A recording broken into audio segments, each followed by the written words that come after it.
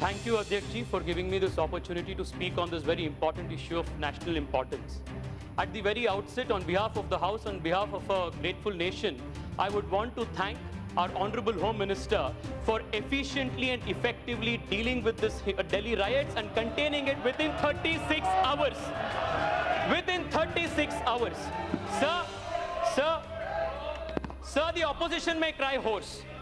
But there are 2 or 3 issues that I would want to bring to the attention of this House, because the objective of this debate must not be to blame pin on each other, but primarily to understand why riots are taking place and how collectively as a House, as a country, as a government, all of us collectively can stop these riots that are so repeatedly occurring in this country. So allow me a minute to go into the history of how there is in place a Congress module of riot engineering in this country, which has from the last so many decades tried to engineer riots in this country so that it benefits them politically. And this is not a thing of today, sir. This has happened not from today, but from the last 70 years since the time of our independence. Let me just give a few examples, sir. Sir, from 1950 to 1964, under the Prime Ministership of Jawaharlal Nehru, 243 communal violence incidences were recorded in India. Under Indira Gandhi's rule, sir, 337 communal violence incidences were documented in 15 states. Sir, during Rajiv Gandhi's rule, 291 communal violence incidences were documented in 16 states, sir, including the barbaric Sikh pogrom of 1984.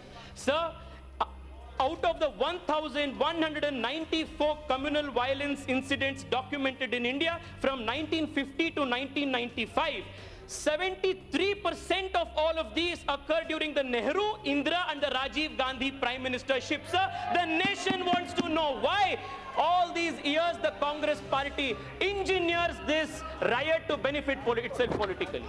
Sir, there is a reason why I have congratulated the Honorable Home Minister, sir.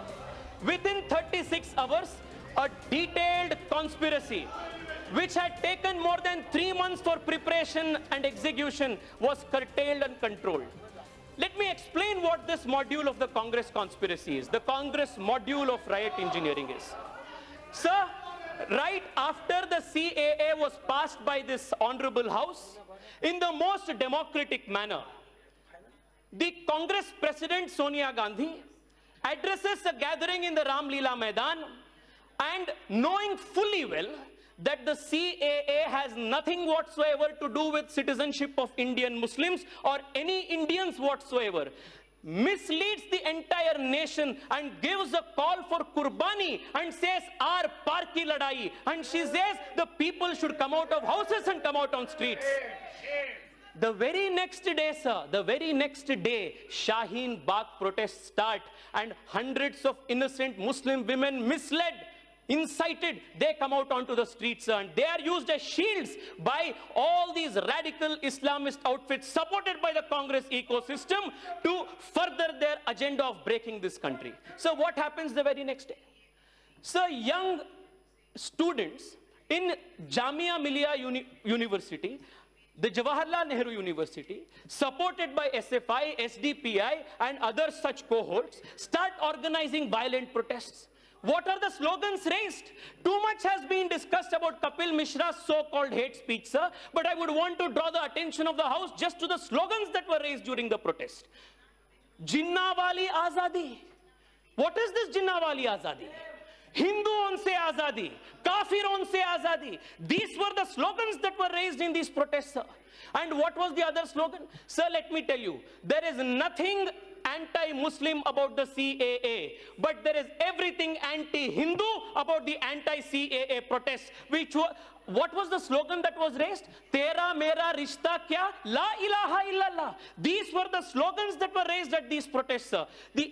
And those who were slaying these slogans, those who were perpetrating this violence, were portrayed as victims by the intellectual jihadis who write for this ecosystem in the newspapers. And these people who raised these slogans of Tukde Tukde of Bharat, of Kafiron se Azadi, they were given an impression that they were victims of police brutality. And people called them Shiros. Shiros. This is how a narrative was built, sir. and the entire ecosystem started functioning. Let me give you two more examples of how this ecosystem functions. Sir, Harsh Mandar, whose links today have been exposed to global funds which are anti-India, based out of US, Hungary and Italy. Sir, give me a couple of more minutes, sir. These organizations, these people who claim to be the champions of constitutional morality, go onto the streets and incite an innocent mob and say, Supreme Court will not give you justice, but justice must be fought for on the streets. Ironically, they approach the Supreme Court themselves to book cases against Hindu leaders.